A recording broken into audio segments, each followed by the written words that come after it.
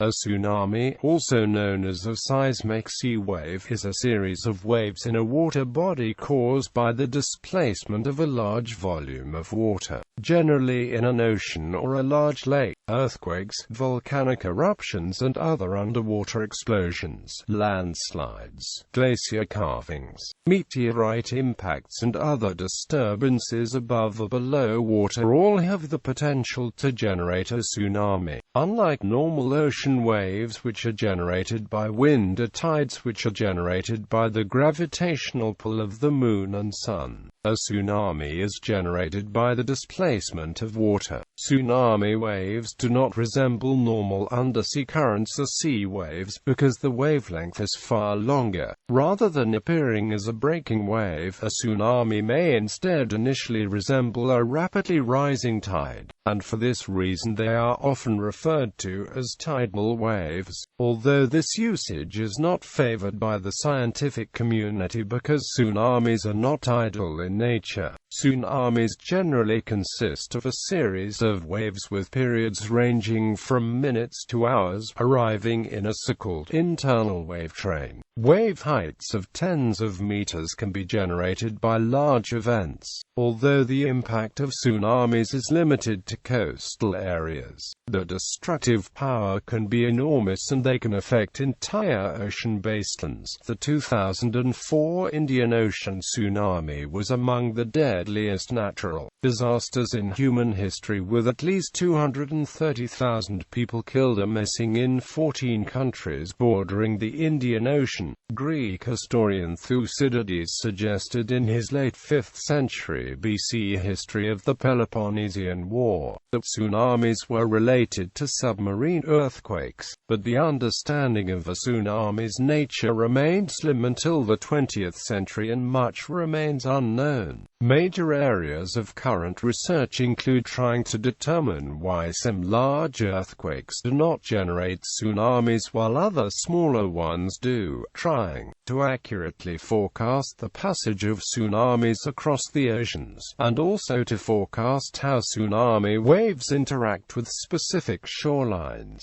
Terminology. Numerous terms are used in the English language to describe waves created in a body of water by the displacement of water. However, none of the terms in frequent use are entirely accurate. Tsunami. The term tsunami, meaning harbor wave in literal translation, comes from the Japanese, composed of the two kanji meaning harbor and meaning wave. While not entirely accurate, as tsunami are not restricted to harbors, tsunami is currently the term most widely accepted by geologists and oceanographers. Tidal wave tsunami are sometimes referred to as tidal waves. This once popular term derives from the most common appearance of tsunami, which is that of an extraordinarily high tidal bore. Tsunami and tides both produce waves of water that move inland, but in the case of tsunami the inland movement of water may be much greater, giving the impression of an incredibly high and forceful tide. In recent years, the term tidal wave has fallen out of favor, especially in the scientific community, because tsunami actually have nothing to do with tides, which are produced by the gravitational pull of the moon and sun rather than the displacement of water. Although the meanings of tidal include resembling or having the form or character of the tides, use of the term tidal wave is discouraged by geologists and oceanographers. Seismic sea wave. The term seismic sea wave also is used to refer to the phenomenon, because the waves most often are generated by seismic activity such as earthquakes. Prior to the rise of the use of the term tsunami in English-speaking countries, scientists generally encouraged the use of the term seismic sea wave rather than the inaccurate term tidal wave. Quote, however, like tsunami, seismic sea wave is not a completely accurate term, as forces other than earthquakes, including underwater landslides, volcanic eruptions, underwater explosions, land or ice slumping into the ocean, meteorite impacts, forests, or even the weather when the atmospheric pressure changes very rapidly, can generate such waves by displacing water. History. While Japan may have the longest recorded history of tsunamis, the sheer destruction caused by the 2004 Indian Ocean earthquake and tsunami event mark it as the most devastating of its kind in modern times, killing around 230,000 people. The Sumatran region is not unused to tsunamis either, with earthquakes of varying magnitudes regularly occurring off the coast of the island. Tsunamis are an often underestimated hazard in the Mediterranean Sea in parts of Europe. Of historical and current importance of the 1755 Lisbon earthquake and tsunami, the 1783 Calabrian earthquakes, each causing several 10,000 deaths, and the 1908 Messina earthquake and tsunami. The tsunami claimed more than 123,000 lives in Sicily and Calabria and is among the most deadly natural disasters in modern Europe. The Storegga slide in the Norwegian Sea and some examples of tsunamis affecting the British Isles refer to landslide and meteor tsunamis predominantly, and less to earthquake-induced waves. As early as 426 BC, the Greek historian Thucydides inquired in his book History of the Peloponnesian War about the causes of tsunami, and was the first to argue that ocean earthquakes must be the cause. The cause, in my opinion, of this phenomenon must be sought in the earthquake. At the point where its shock has been the most violent, the sea is driven back, and suddenly recoiling with redoubled force causes the inundation. Without an earthquake, I do not see how such an accident could happen. The Roman historian Ammianus Marcellinus described the typical sequence of a tsunami, including an incipient earthquake, the sudden retreat of the sea in a following gigantic wave. After the 365 AD tsunami devastated Alexandria. Generation mechanisms. The principal generation mechanism of a tsunami is the displacement of a substantial volume of water, a perturbation of the sea. This displacement of water is usually attributed to either earthquakes, landslides, volcanic eruptions, glacier calvings, or more rarely by meteorites and nuclear tests. The waves formed in this way are then sustained by gravity. Tides do not play any part in the generation of tsunamis. Seismicity. Tsunami can be generated when the sea floor abruptly deforms and vertically displaces the overlying water. Tectonic earthquakes are a particular kind of earthquake that are associated with the Earth's crustal deformation. When these earthquakes occur beneath the sea, the water above the deformed area is displaced from its equilibrium position. More specifically, a tsunami can be generated when thrust faults associated with convergent to destructive plate boundaries move abruptly, resulting in water displacement, owing to the vertical component of movement involved. Movement on normal faults can also cause displacement of the seabed, but only the largest of such events cause enough displacement to give rise to a significant tsunami, such as the 1977 Sumba and 1933 Sanriku events. Tsunamis have a small amplitude offshore and a very long wavelength, which is why they generally pass unnoticed at sea, forming only a slight swell, usually about 300 mm above the normal sea surface. They grow in height when they reach shallower water, in a wave-shoaling process described below. A tsunami can occur in any tidal state and even at low tide can still inundate coastal areas. On April 1, 1946, a magnitude 7.8 earthquake occurred near the Aleutian Islands, Alaska. It generated a tsunami which inundated Hilo on the island of Hawaii with a 14-meter-high surge. The area where the earthquake occurred is where the Pacific Ocean floor is subducting under Alaska. Examples of tsunami originating at locations away from convergent boundaries include Storegga Alaska about 8,000 years ago. Grand Banks 1929. Papua New Guinea 1998. The Grand Banks and Papua New Guinea tsunamis came from earthquakes which destabilized sediments, causing them to flow into the ocean and generate a tsunami. They dissipated before traveling transoceanic distances. The cause of the storage sediment failure is unknown. Possibilities include an overloading of the sediments, an earthquake, or a release of gas hydrates. The 1960 Valdivia earthquake, 1964 Alaska earthquake, 2004 Indian Ocean earthquake, and 2011 Tohoku earthquake are recent examples of powerful megathrust earthquakes that generated tsunamis that can cross entire oceans. Smaller earthquakes in Japan can trigger tsunamis that can only devastate nearby coasts but can do so in only a few minutes. Landslides. In the 1950s, it was discovered that larger tsunamis than had previously been believed possible could be caused by giant submarine landslides. These rapidly displace large water volumes, as energy transfers to the water at a rate faster than the water can absorb. Their existence was confirmed in 1958, when a giant landslide in Litchfield Bay, Alaska, caused the highest wave ever recorded, which had a height of 524 meters.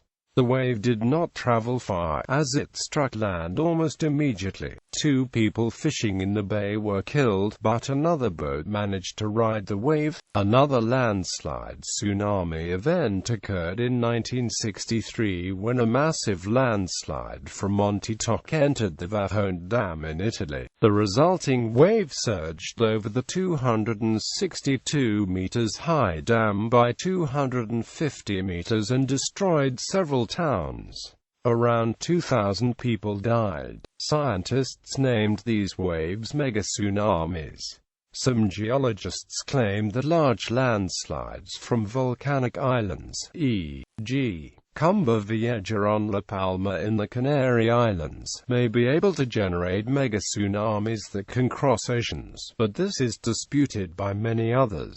In general, landslides generate displacements mainly in the shallower parts of the coastline, and there is conjecture about the nature of large landslides that enter water. This has been shown to lead to affect water in enclosed bays and lakes, but a landslide large enough to cause a transoceanic tsunami has not occurred within recorded history. Susceptible locations are believed to be the Big Island of Hawaii, Fogo in the Cape Verde Islands, La Reunion in the Indian Ocean, and Cumbre Vieja on the island of La Palma in the Canary Islands, along with other volcanic ocean islands. This is because large masses of relatively unconsolidated volcanic material occurs on the flanks, and in some cases detachment plains are believed to be developing. However, there is growing controversy about how dangerous these slopes actually are. Meteor-tsunamis. Some meteorological conditions, especially rapid changes in barometric pressure as seen with the passing of a front, can displace bodies of water enough to cause trains of waves with wavelengths comparable to seismic tsunami, but usually with lower energies. These are essentially dynamically equivalent to seismic tsunami, the only differences being that meteor-tsunami lack the transoceanic reach of significant seismic tsunami, and that the force that displaces the water is sustained over some length of time such that meteor-tsunami can't be modeled as having been caused instantaneously, in spite of the lower energies. On shorelines where they can be amplified by resonance, they are sometimes powerful enough to cause localized damage and potential for loss of life. They have been documented in many places, including the Great Lakes, the Aegean Sea, the English Channel, and the Balearic Islands, where they are common enough to have a local name, risaga. In Sicily they are called Marubio, and in Nagasaki Bay they are called Abiki. Some examples of destructive meteor tsunami include the 31st of March 1979 at Nagasaki and the 15th of June 2006 at Menorca, the latter causing damage in the tens of millions of euros. Meteor tsunami should not be confused with storm surges, which are local increases in sea level associated with the low barometric pressure of passing tropical cyclones, nor should they be confused with set-up, the temporary local raising of sea level caused by strong onshore winds. Storm surges and set-up are also dangerous causes of coastal flooding in severe weather, but the dynamics are completely unrelated to tsunami waves. They are unable to propagate beyond the sources, as waves do. Man-made or triggered tsunamis. There have been studies of the potential of induction of and at least one actual attempt to create tsunami waves as a tectonic weapon. In World War II, the New Zealand military forces initiated Project SEAL, which attempted to create small tsunamis with explosives in the area of today's Shakespeare Regional Park. The attempt failed. There has been considerable speculation on the possibility of using nuclear weapons to cause tsunamis near to an enemy coastline. Even during World War II, consideration of the idea using conventional explosives was explored. Nuclear testing in the Pacific proving ground by the United States seemed to generate poor results. Operation Crossroads fired 220 kilotons of TNT bombs, one in the air and one underwater, above and below the shallow waters of the Bikini Atoll Lagoon. Fired about 6 kilometers from the nearest island. The waves were no higher than 3 to 4 meters upon reaching the shoreline. Other underwater tests, mainly hardtack high Wahoo and hardtack high Umbrella, confirmed the results. Analysis of the effects of shallow and deep underwater explosions indicate that the energy of the explosions doesn't easily generate the kind of deep all-ocean waveforms which are tsunamis. Most of the energy creates steam, causes vertical fountains above the water, and creates compressional waveforms. Tsunamis are hallmarked by permanent large vertical displacements of very large volumes of water which don't occur in explosions. Characteristics: tsunamis cause damage by two mechanisms: the smashing force of a wall of water traveling at high speed, and the destructive power of a large volume of water draining off the land and carrying a large amount of debris with it, even with waves that do not appear to be large. While everyday wind waves have a wavelength of about 100 meters and a height of roughly 2 meters, a tsunami in the deep ocean has a much larger wavelength of up to 200 kilometers. Such a wave travels at well over 800 kilometers per hour. But owing to the enormous wavelength, the wave oscillation at any given point takes 20 or 30 minutes to complete a cycle and has an amplitude of only about 1 meter. This makes tsunamis difficult to detect over deep water, where ships are unable to feel the passage. The velocity of a tsunami can be calculated by obtaining the square root of the depth of the water in meters multiplied by the acceleration due to gravity. For example, if the Pacific Ocean is considered to have a depth of 5,000 meters, the velocity of a tsunami will be the square root of square root 5,000 by 10 equals square root 50,000 equals tilde 224 meters per second, which equates to a speed of tilde 806 kilometers per hour or about 500 miles per hour. This formula is the same as used for calculating the velocity of shallow waves. Because a tsunami behaves like a shallow wave as its peak-to-peak value reaches from the floor of the ocean to the surface. The reason for the Japanese name harbor wave is that sometimes a village's fishermen would sail out and encounter no unusual waves while out at sea fishing, and come back to land to find the village devastated by a huge wave. As the tsunami approaches, approaches the coast and the waters become shallow. Wave shoaling compresses the wave and its speed decreases below 80 km per hour. Its wavelength diminishes to less than 20 km and its amplitude grows enormously. Since the wave still has the same very long period, the tsunami may take minutes to reach full height. Except for the very largest tsunamis,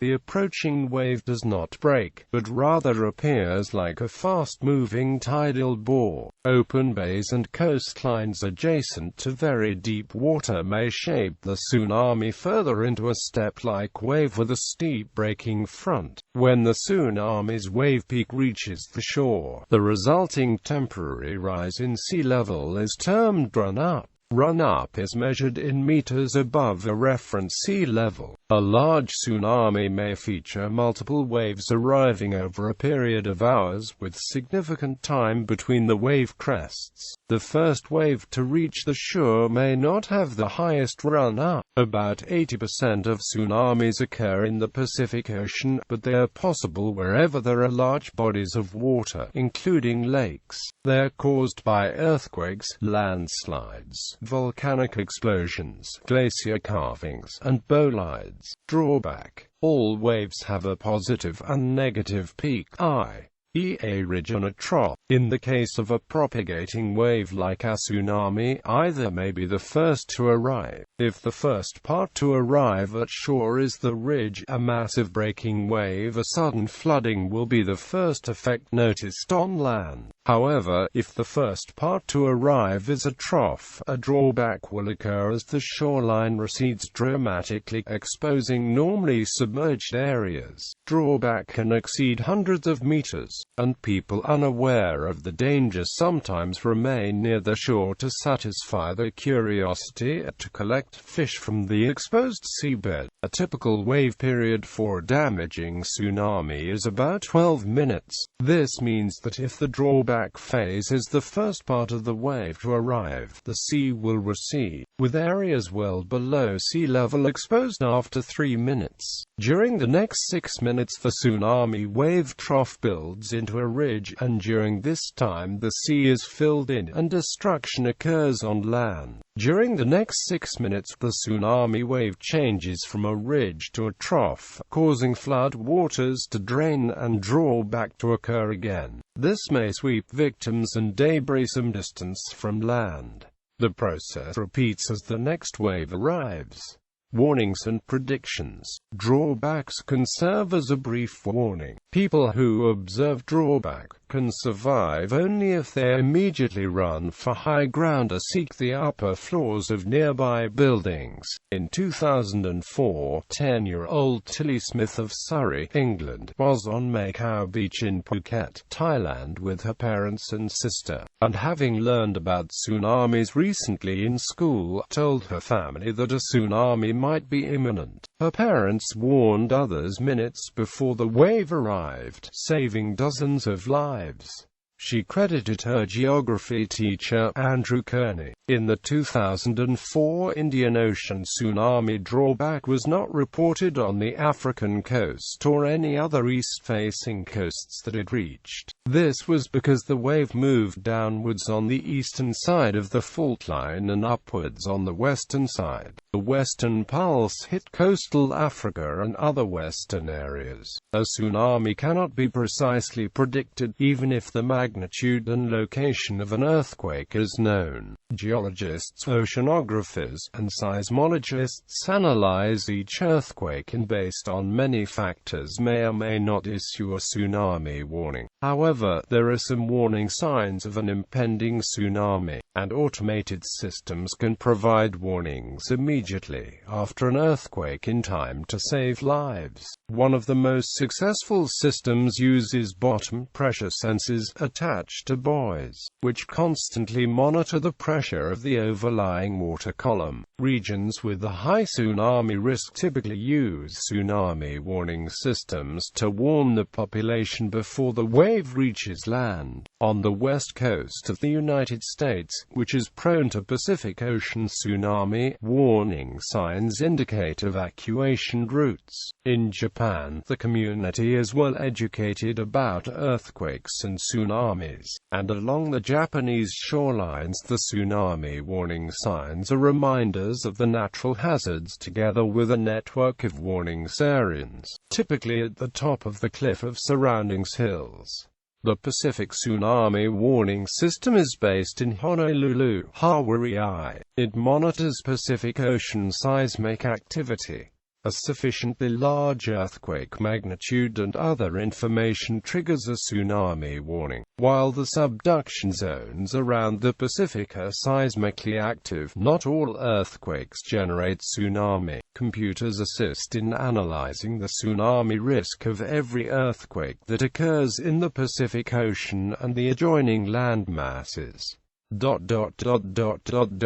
As a direct result of the Indian Ocean tsunami, a reappraisal of the tsunami threat for all coastal areas is being undertaken by national governments and the United Nations Disaster Mitigation Committee. A tsunami warning system is being installed in the Indian Ocean. Computer models can predict tsunami arrival, usually within minutes of the arrival time. Bottom pressure sensors can relay information in real time. Based on these pressure readings and other seismic information and the seafloor's shape and coastal topography, the models estimate the amplitude and surge height of the approaching tsunami. All Pacific Rim countries collaborate in the tsunami warning system and most regularly practice evacuation and other procedures. In Japan, such preparation is mandatory for government, local authorities, emergency services and the population. Some zoologists hypothesize that some animal species have an ability to sense subsonic radio waves from an earthquake or a tsunami. If correct, monitoring the behavior could provide advance warning of earthquakes, tsunami, etc. However, the evidence is controversial and is not widely accepted. There are unsubstantiated claims about the Lisbon quake that some animals escaped to higher ground, while many other animals in the same areas drowned. The phenomenon was also noted by media sources in Sri Lanka in the 2004 Indian Ocean earthquake. It is possible that certain animals may have heard the sounds of the tsunami as it approached the coast. The elephant's reaction was to move away from the approaching noise. By contrast, some humans went to the shore to investigate and many drowned as a result. Along the United States West Coast, in addition to sirens, warnings are sent on television and radio via the National Weather Service, using the Emergency Alert System. Forecast of tsunami attack probability. Kunihiko Shimizaki, a member of Earthquake Research Committee of the Headquarters for Earthquake Research Promotion of Japanese government, mentioned the plan to public announcement of tsunami attack probability forecast at Japan National Press Club on 12 May 2011. The forecast includes tsunami height, attack area and occurrence probability within 100 years ahead. The forecast would integrate the scientific knowledge of recent interdisciplinarity and aftermath of the 2011 Tohoku earthquake and tsunami. Is the plan? Announcement will be available from 2014. Mitigation. In some tsunami-prone countries, earthquake engineering measures have been taken to reduce the damage caused on shore. Japan, where tsunami science and response measures first began following a disaster in 1896, has produced ever more elaborate countermeasures and response plans. The country has built many tsunami walls of up to 12 meters high to protect populated coastal areas. Other localities have built floodgates of up to 15.5 meters high in channels to redirect the water from incoming tsunami. However, their effectiveness has been questioned, as tsunami often overtop the barriers. The Fukushima Daiichi nuclear disaster was directly triggered by the 2011 Tohoku earthquake and tsunami, when waves exceeded the height of the plant's seawall. Iwate Prefecture, which is an area area at high risk from tsunami, had tsunami barriers walls totaling 25 kilometers long at coastal towns. The 2011 tsunami toppled more than 50% of the walls and caused catastrophic damage. The Okushiri, Hokkaido tsunami, which struck Okushiri Island of Hokkaido within 2 to 5 minutes of the earthquake on July 12, 1993, created waves as much as 30 meters tall, as high as a 10-story building. The port town of Aone was completely surrounded by a tsunami wall, but the waves washed right over the wall and destroyed all the wood-framed structures in the area. The wall may have succeeded in slowing down and moderating the height of the tsunami, but it did not prevent major destruction and loss of life.